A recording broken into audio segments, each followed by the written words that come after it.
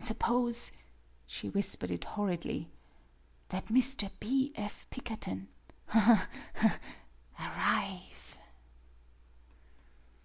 The nakodo was not sure how much of this was meant seriously. They were extremely unusual humours to him. But she had consented to the meeting, and he promptly took her at her word. "When, then, will it please you to have me bring Yamadori?" "When you like, nice little old friend." The nakodo fixed that day a week. As he was going, Cho-Cho-san laughingly asked, "Say, how often he been marry?" "But twice," the nakodo replied virtuously. "And both times divorce?" He admitted that this was the case. "And both times jus' on visit from United States America? Jus' little visit? So long?" She spread her hands. Under her laughing gaze it seemed best to admit it. "Oh, he jus' marry 'nother for fun, whenever he thing 'bout it. Then he forgit it when he don' thing 'bout it, and marry 'nother. Say so." He heard her laugh again as he left the courtyard, but he had confidence in the ability of Yamadori to accomplish his purpose if he could be brought into contact with her. He was one of the modern pensioned princes of Japan, a desirable matrimonial article, and preternaturally fascinating. Chapter 8. The Bright Red Spot in Cho's Cheeks. The look-at meeting came about as planned. There was a distinct air of state about Madame Butterfly's house on that day. The baby, and all the frivolities that attended him, were in banishment. The apartment had been enlarged by the rearrangement of the shoji. At the head of it, statuesque in her most brilliant attire, sat Cho-Cho-san. Japanese women are accomplished actresses, and looking in upon Cho-Cho-san just at the moment of Yamadori's arrival, one would not have known her. She was as unsmiling, as emotionless, as the Daibutsu. The grave ceremonies attending the advent of a candidate for matrimony went forward with almost no recognition from Cho-Cho-san until they had come to the point where they might seat themselves before her, to inspect and be inspected. Then she struck her fan against her palm, and Suzuki appeared and set the tobacco bon between them. Yamadori suggested somewhat the ready-made clother, inevitable evidence of his transformation. Otherwise he was the average modern Japanese, with high gibbeted trousers, high collar, high hat, and eyeglass. He might not converse directly with Cho-Cho-san, especially concerning the business at hand, but he was not prohibited from conferring with the nakodo about it in her presence. The rule of decorum for such an occasion simply decreed that she should be blind and deaf concerning what went on. The convenience of the arrangement is obvious. The nakodo, the representative of both parties, was happily permitted, on the part of the one, to regard what was happening as if it had not happened, and, on the part of the other, as if it had. "She's quite as beautiful as you said," remarked Yamadori after a careful inspection with his glass. The nakodo nodded virtuously and filled his pipe. His client lighted a cigarette. Cho-Cho-san did not even smile. "And her father, you say, was on the emperor's side in the Satsuma rebellion?" The marriage broker satisfied his client to the last particular of her father's bloody sacrificial end at Yokoji.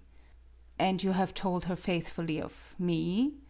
He paused on the last word to note its effect upon Cho-Cho-san. There was none, and he hastened to add cumulatively, "And my august family?" He paused again. But again there was no sign from the lady of the house. She was staring out over his head. "And have offered her my miserable presents?" To each of these the broker answered lugubriously yes. "Then why in the name of gods does she wait?" The nakodo explained with a sigh that she had declined his presents. "I will send her others. They shall be 1,000 times more valuable. Since I have seen her, I know that the first must have been an affront." She kept her eyes up, but Yamadori unquestionably smiled in the direction of Cho-Cho-san, as if she were a woman of joy. The light of battle came into the stony eyes of the girl. She clapped her hands almost viciously. The little maid appeared. "Tea!" she said. The maid brought the tea, and with that splendid light of danger still in her eyes, Cho-Cho-San served it. With the air of a princess, she put on in an instant all the charms of a mousme. She gave back smile for smile now, and jest for jest. She begged Yamadori, with the most charming upward inflections, to put away his cigarette and take her shippo pipe, and he did it. That was Japanese, she said. Her cigarettes were not. Was it not so?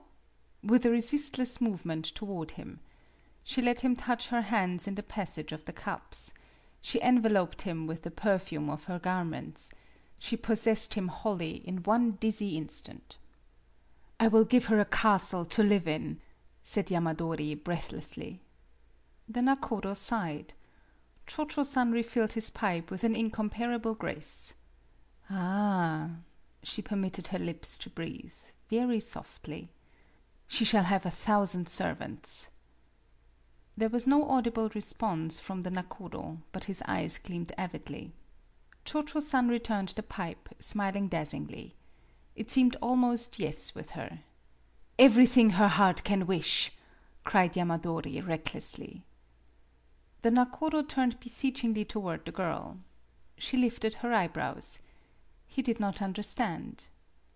As she passed him, she laughed. "Is it enough?" Still he did not understand. "Have we earned the present?" she whispered. "I will give a solemn writing," added Yamadori, fervidly. "She still fancies herself perhaps married to the American," sighed the nakodo. Yamadori laughed disagreeably. "If your Excellency would condescend to explain—" "Oh, she's not serious. A sailor has a sweetheart in every port, you know." Cho-Cho-San whispered something to the nakodo. She still smiled. "But she is perhaps his wife," answered he, obediently. "Yes," said Yamadori, as if they were the same. Cho-Cho-San whispered again. "But the child, there is a most accomplished child," said the nakodo. "Yes," said the traveled Japanese, with the same smile and the same intonation. There was a distinct silence. Cho-Cho-San smiled more vividly. But her nostrils moved rapidly in and out. The nakodo grew anxious. Yamadori cast his eyes toward the ceiling, and continued. "A sailor does not know the difference. In no other country are children esteemed as they are here. In America it is different. People sometimes deny them. They are left in a basket at some other person's door. But the person does not receive them. They are then cared for by the municipality as waifs. It is shameful to be such a child. There are great houses, and many officers in each city for the care of these. They are an odious class by themselves, and can never rise above their first condition." The nakodo glanced askance at his client. He had not the slightest objection to a man who would lie a little to win his cause, but to lie too much was to lose it. I myself knew a man whose child became a cripple. He sent him to the mayor of the city, saying that as the cars of the city had injured him, the city must bring him up. He was sent to the poorhouse, and afterward to the stone quarries. It was a most piteous sight. Cho-Cho-San bent again to the ear of the old man. There was a tremor in her voice now. "Had he eyes of purple?" asked the nakodo. "He was beautiful of face, but surely eyes of purple are not desirable?"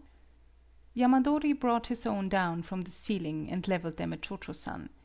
She still smiled, but there was a bright red spot in each cheek now. "But he was misshapen, and he was never known to laugh. I saw many such. I saw a child whose father had deserted it, and the mother—" Madame Butterfly clapped her hands again. The maid appeared promptly; she had expected the summons. "Suzuki, good Suzuki, the excellent gentleman, the august—" she swept a royal gesture toward them, "who have done us the honor to call, they wish to go hurriedly. Their shoes, will you not hasten them?" With a final, brilliant smile she turned her back upon them, and left the room. Your story of the rejected